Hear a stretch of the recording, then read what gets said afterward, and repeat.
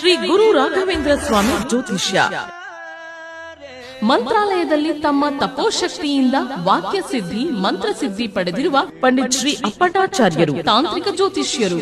ಶ್ರೀ ಸಾಯಿಬಾಬಾ ಹಾಗೂ ರಾಘವೇಂದ್ರ ಸ್ವಾಮಿಯ ಆರಾಧಕರು. ನಿಮ್ಮ ಸಮಸ್ಯೆಗಳ ಪರಿಹಾರಕ್ಕೆ ಇಲ್ಲಿದೆ ದಿವ್ಯ ಮಾರ್ಗ.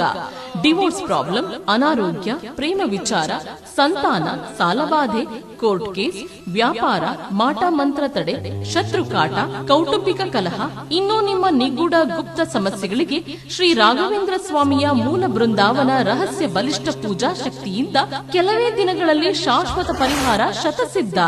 ವಿಶೇಷ ಸೂಚನೆ: ಅಲ್ಲಿ ಇಲ್ಲಿ ಕೇಳಿ ಎಲ್ಲೂ ಪರಿಹಾರವಾಗದ ನಿಮ್ಮ ಸರ್ವ ಸಮಸ್ಯೆಗಳಿಗೆ ಇಲ್ಲಿದೆ ದಿವ್ಯ ಮಾರ್ಗ. ನಂಬಿಕೆಟ್ಟವರಿಲ್ಲವೋ ಈ ರಾಯರ. ನೀವು ಬಯಸುವ ನೆಮ್ಮದಿಯ ಜೀವನಕ್ಕಾಗಿ ಒಮ್ಮೆ ಸಂಪರ್ಕಿಸಿ. ಶ್ರೀ ಗುರು ರಾಘವೇಂದ್ರ ಸ್ವಾಮಿ ಜ್ಯೋತಿಷ್ಯ, ಪಂಡಿತ್ ಶ್ರೀ ಅಪ್ಪಟಾಚಾರ್ಯರು. ಫೋನಿನ ಮೂಲಕ ಪರಿಹಾರ.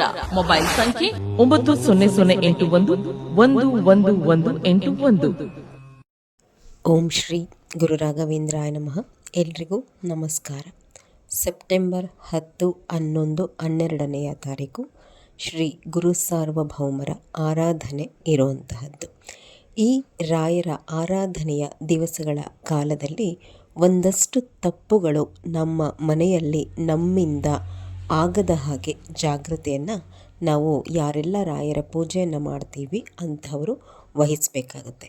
ಏಕೆಂತಂದರೆ ಈ 3 ದಿನಗಳ ಕಾಲ ಒಂದು ರೀತಿ ಹಬ್ಬವಿದ್ದ ಹಾಗೆ. ಅದರ ಜೊತೆಗೆ ರಾಯರು ಸಾಕ್ಷಾತ್ ಪ್ರತಿ ಭಕ್ತರ ಮನೆಗೆ ತಾವೇ ಸ್ವತಃ ಆಗಮಿಸಿ ರಾಯರು ಆಶೀರ್ವಾದ ಮಾಡುವಂತಹದ್ದು, ಅವರನ್ನು ಆರಾಧಿಸುವಂತಹವರಿಗೆ ಮನೆಯಲ್ಲಿ ಬಹಳಷ್ಟು ಪ್ರಮಾಣದಲ್ಲಿ ರಾಯರ ಸಾನ್ನಿಧ್ಯ ಅನ್ನುವಂತಹದ್ದು ಇರುತ್ತೆ. ಹೀಗಾಗಿ ಮನೆಯಲ್ಲೂ ಕೂಡ ಒಂದಷ್ಟು ತಪ್ಪುಗಳಾಗಬಾರ್ದು, ಪೂಜೆಯಲ್ಲೂ ಕೂಡ ಯಾವೆಲ್ಲ ತಪ್ಪುಗಳು ಆಗಬಾರ್ದು ಅನ್ನುವಂತಹದ್ದನ್ನು ನಾನು ನಿಮಗೆ ಈ ವಿಡಿಯೋನಲ್ಲಿ ಮಾಹಿತಿಯನ್ನು ಕೊಡ್ತೀನಿ. ರಾಯರ ಆರಾಧನೆಗೆ ಮೊದಲನೇ ದಿವಸ ನೀವು ಸಂಕಲ್ಪ ಮಾಡಿಕೊಂಡು ಪೂಜೆಗೆ ಅಂತ ಹೇಳಿ ರಾಯರನ್ನ ಒಂದು ಕಡೆ ಇಟ್ಟು ಪೂಜಿಸಿದ ಮೇಲೆ ಮನೆಯಲ್ಲಿ 3 ದಿವಸಗಳ ಕಾಲ ಸಾಧ್ಯವಾದಷ್ಟು ಈರುಳ್ಳಿ ಬೆಳ್ಳುಳ್ಳಿಯನ್ನು ಬಳಕೆ ಮಾಡಬಾರದು. ಏಕೆಂದರೆ ರಾಯರ ಒಂದು ವಿಶೇಷವಾದಂತಹ ಪೂಜೆ ಪುನಸ್ಕಾರಗಳ ಸಂದರ್ಭದಲ್ಲಿ ರಾಯರ ವ್ರತಗಳನ್ನು ಮಾಡುವಂತಹವರು ಸಹ ಈ ಈರುಳ್ಳಿ ಬೆಳ್ಳುಳ್ಳಿಯಿಂದ ದೂರ ಇರುವಂತಹದ್ದು ಒಳ್ಳೆಯದು. ಈ 3 ದಿವಸಗಳ ಕಾಲ ಒಂದು ಮಾದರಿ ವ್ರತ ಅಂತಾನೆ ಅನ್ನಿಸ್ಕೊಳ್ಳುವಂತಹದ್ದು. ಹೀಗಾಗಿ ಈ 3 ದಿವಸಗಳ ಕಾಲ ಆದಷ್ಟು ಮನೆಯಲ್ಲಿ ಈರುಳ್ಳಿ ಬೆಳ್ಳುಳ್ಳಿಯನ್ನು ಬಳಕೆ ಮಾಡದಿಲ್ದಿದ್ರೇ ಒಳ್ಳೆಯದು. ಅಂದರೆ ಮನೆಯಲ್ಲಿ ಈ ಪದಾರ್ಥಗಳನ್ನು ಬಳಸಿ ಅಡುಗೆ ಮಾಡಲಿಕ್ಕೆ ಹೋಗಬೇಡಿ 3 ದಿವಸಗಳ ಕಾಲ. ಮೊದಲನೇದು. ಇನ್ನು ಎರಡನೇದು, 3 ದಿವಸಗಳ ಕಾಲ ಯಾರೆಲ್ಲ ರಾಯರನ್ನು ಪೂಜೆ ಮಾಡ್ತೀರಾ ಆರಾಧನೆ ಅಂತ ಹೇಳಿ ಅಂತಹವರ ಮನೆಯಲ್ಲಿ ದಂಪತಿಗಳು ಈ 3 ದಿವಸಗಳ ಕಾಲ ಸೇರಬಾರದು. ಇನ್ನು ಮೂರನೇದು, 3 ದಿವಸಗಳ ಕಾಲ ಬೆಳಗ್ಗೆ ಮತ್ತು ಸಂಜೆ ರಾಯರ ಎದುರುಗಡೆ ದೀಪವನ್ನು ಹಚ್ಚುವಂತಹದ್ದನ್ನು ಮಾಡಬೇಕು. ಅಂದರೆ ಮೊದಲನೇ ದಿನ ಪೂಜೆ ಮಾಡಿಬಿಟ್ಟು ಆರಾಧನೆ ಮುಗಿದೋಯ್ತು ಅಂತ ಹೇಳಿ ಬಿಟ್ಟುಬಿಡಬಾರ್ದು.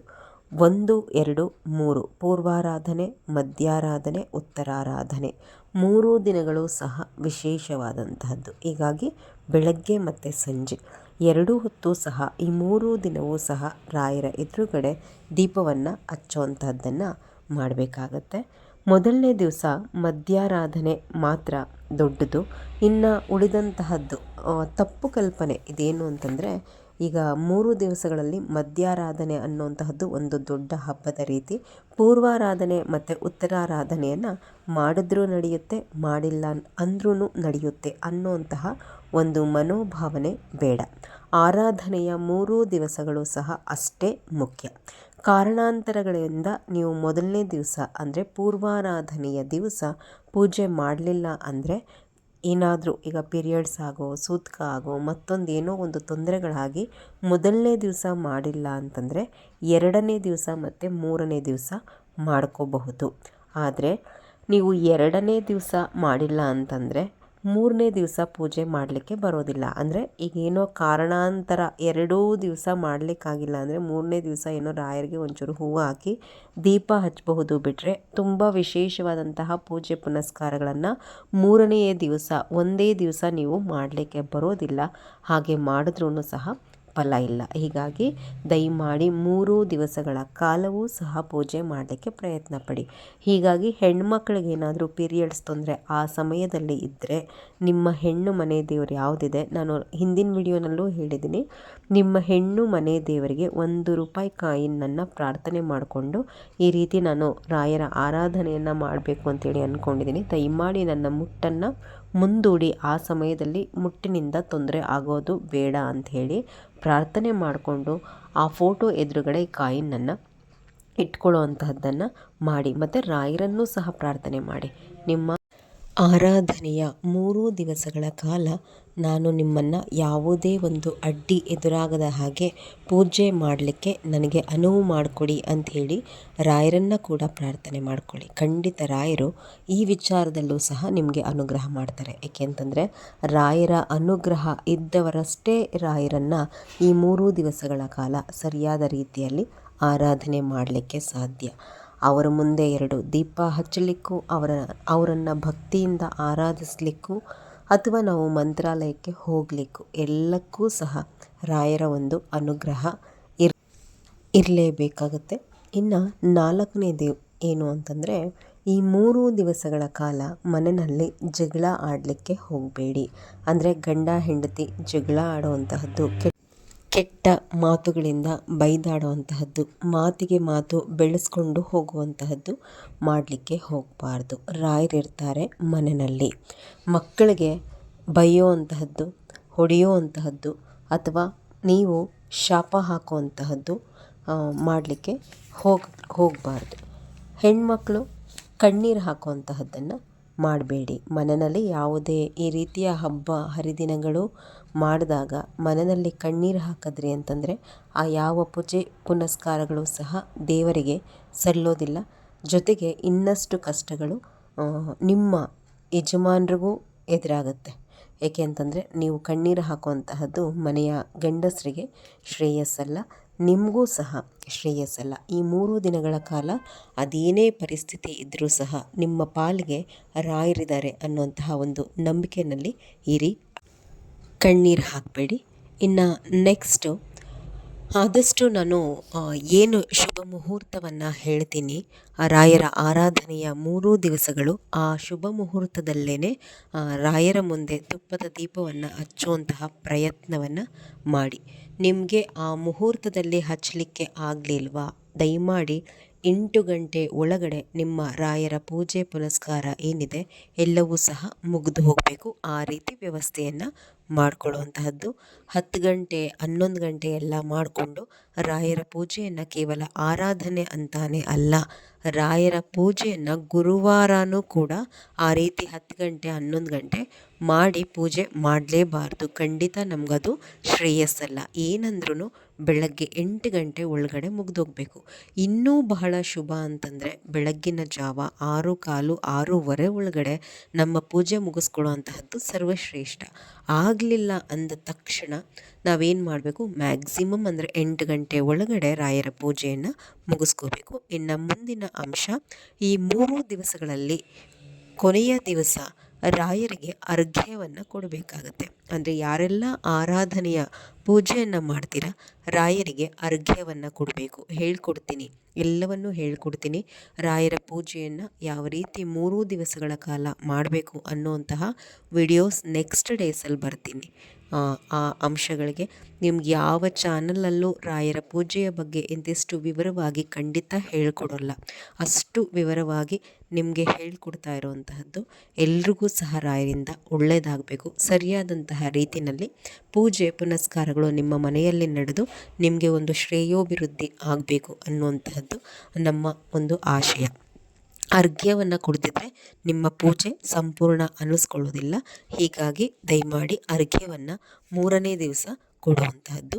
ಇನ್ನು ನೆಕ್ಸ್ಟು, ಮುತ್ತೈದೆ ಹೆಂಗಸರು ಕೈಗೆ ಬಳೆ ಹಾಕ್ಕೊಳ್ತಲೇ, ಹಣೆ ಕುಂಕುಮ ಇಟ್ಕೊಳ್ತಲೇ ಅಥವಾ ಗಂಧ ಗೋಪಿ ಚಂದನ ಇದೆಲ್ಲವನ್ನು ಧಾರಣೆ ಮಾಡ್ದಲೇ ಪೂಜೆ ಮಾಡಲಿಕ್ಕೆ ಹೋಗಬೇಡಿ.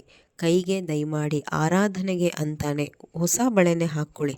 ನಾವೆಲ್ಲರೂ ಸಹ ರಾಯರ ಒಂದು ಹಬ್ಬವನ್ನು ಮಾಡ್ತಾ ಇದ್ದೀವಿ. ನಮ್ಮಲ್ಲೂ ಸಡಗರ ಇರಬೇಕು, ರಾಯರು ಸಹ ಸಂತೋಷ ಪಡ್ತಾರೆ.